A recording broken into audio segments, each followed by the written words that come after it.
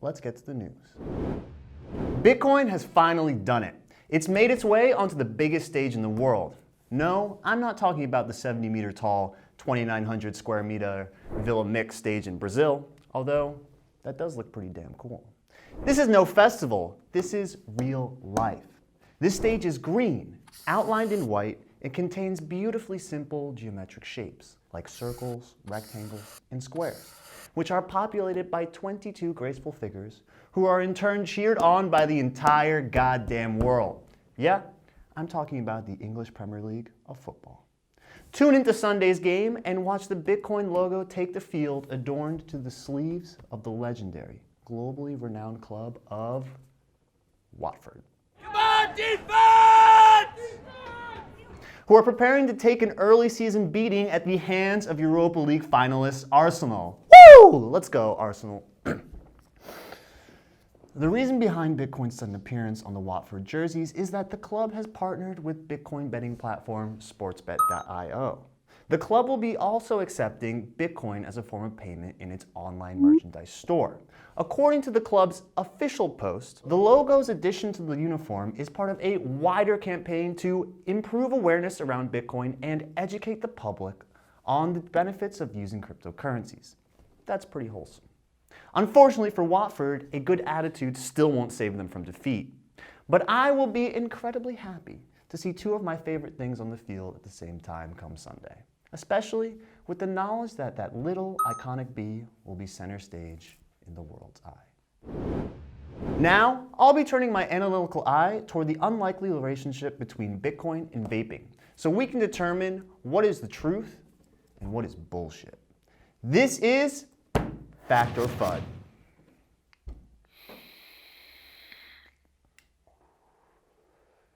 Recent research shows flavored e-cigarettes may increase your risk of getting lung disease.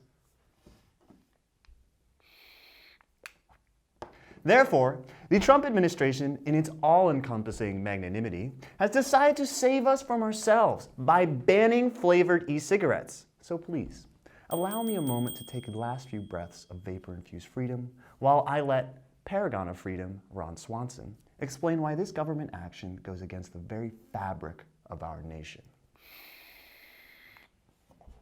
The whole point of this country is if you want to eat garbage, balloon up to 600 pounds, and die of a heart attack at 43, you can. You are free to do so. To me, that's beautiful. That's right. Our freedom to self-destruct is under attack. And by the transitive property, when one freedom is under attack, that means all our freedoms are under attack. At least, that's how Tom Lee seemed to be feeling when he took to Twitter yesterday to voice his fear over the US government's latest actions, saying the White House could even ban Bitcoin, and that with the current White House, there is nothing out of bounds nor out of reach, implying that Trump could just as easily turn his ban hammer on Bitcoin as he did on vapes. Of course, Mr. Lee acknowledges in the very tweet itself that not only is this unrelated speculation, he's not even expecting any Bitcoin ban to materialize, which begs the question, what was the point of that tweet, and why are we even talking about this at all? Well, for me, it's a matter of principle. Saying that the Trump administration will ban Bitcoin is just like saying maybe this vape will give me lung disease. It's all speculation and hypothesis designed to rile up fear, uncertainty, and doubt, which, is fine. Until someone starts to manipulate that fear and uncertainty, like, for example, when a president bans vapes over 7 deaths, while at the same time making no move against cigarettes, which are the cause of more than 480,000 deaths per year. I wonder why that is. Thus, this tweet receives my FUD stamp of disapproval. Now that I can't use that thing anymore, I might as well go back to my totally 100% healthy habit that I have most definitely not been trying to break for the past 6 years. At least this won't kill me. Speaking of smoking, have you ever wanted to get high with your local council member? Well, if that sort of thing tickles your fancy, or to put it more bluntly, sparks your joint, Grab some crypto and head on down to Emeryville, California, where Councilman Ben Bartlett has become the first elected official in the U.S. to truly welcome the 21st century. On September 11th, at a demonstration conducted by blockchain company Cred, as well as the Blockchain Advisory Coalition, Bartlett used Bitcoin Cash to become the first elected official in U.S. history to make a cannabis purchase with cryptocurrency. You know, for science. Here we have Dan Schatt, co-founder and president of Cred, to tell us a bit more about how this crypto payment service will affect the cannabis industry and the state of California. So could you please explain to me exactly how this payment process works? Councilman Ben Bartlett was able to basically use Bitcoin Cash from his personal wallet. I think he used the Coinbase wallet, but really he could have used any wallet. What appeared on the screen was a barcode with the dollar amount and the Bitcoin Cash amount. Ben typed in the exact amount on his Coinbase wallet app, scanned the barcode, and then there was a pretty much near instant confirmation that the payment had been received. Basically, what Cred did was they took the Bitcoin Cash in, purchased LBA tokens, which is the translation utility token, and then settled in the form of a stable coin, which is the universal dollar that's pegged 1-to-1 with the US dollar. So ultimately, the merchant received their proceeds in real time in the form of stablecoin. And what excited, Ben Bartlett and all of the elected officials in the room, and there were a number of elected officials beyond just Berkeley, beyond the city of Berkeley that were there, is that there's never really been such a great opportunity to do sort of one of three things. Number one, address safety issues associated with just cash and cash handling.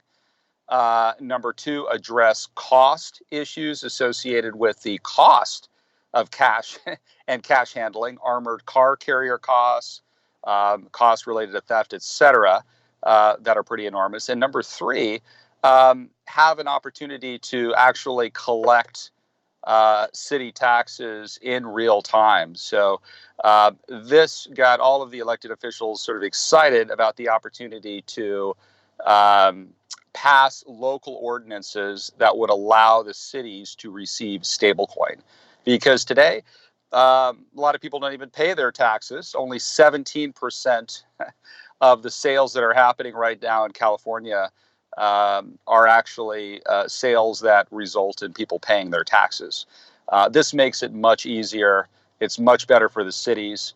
And now we have legislation that we're introducing that's being passed, that's going to be considered in January at the state level to accept stablecoin as well.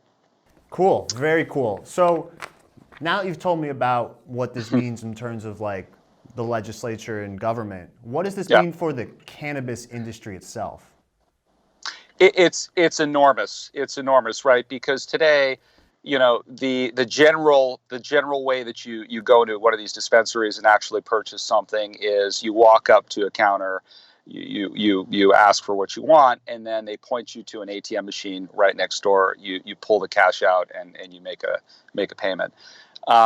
Imagine though that now if all of these cannabis merchants can move into mainstream just like everyone else and be able to accept crypto as well as debit cards and credit cards, what that means for their industry. The average credit card payment is over twice what the average cash payment is. So this could double or triple their sales easily, as well as result in a lot more safety and lower costs in terms of cash handling. So it's a big deal for the merchants. They're highly incentivized to do it. Frankly, they're totally happy to pay their city taxes if it means double, triple their sales and being treated like any other merchant, mainstream. Again, that was Dan Schatt from Cred talking about blockchain use in the Californian cannabis industry. This has been the Cryptocurrency News. My name is Jackson. Have a great day, everyone, and always remember to like, subscribe, and hodl. Cointelegraph, Like, subscribe, and hodl.